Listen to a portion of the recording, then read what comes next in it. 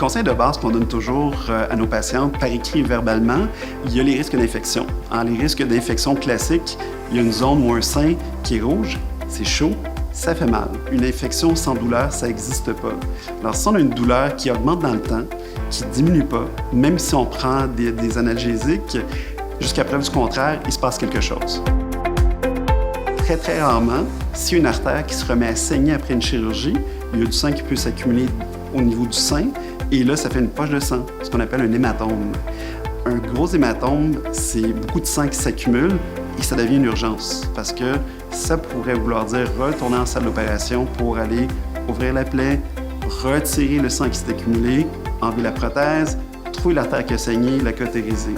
Et ensuite, on peut remettre une prothèse. Alors, les complications majeures, d'habitude, ça se produit dans les jours qui suivent la chirurgie. Plus le temps passe, moins il y a de risques de complications médicales. Après une chirurgie, la période la plus importante et la plus critique, c'est toujours les 7 jours qui suivent la chirurgie. Parce que c'est le moment où on peut avoir les plus grandes complications ou celles qui peuvent se développer le plus rapidement. Alors, c'est d'ailleurs pour ça que toutes les patientes ont mon numéro de cellulaire personnel, c'est 24 heures sur 24, pour éviter qu'une complication traîne dans le temps. C'est toujours plus facile de traiter un petit problème que de laisser aller un gros problème.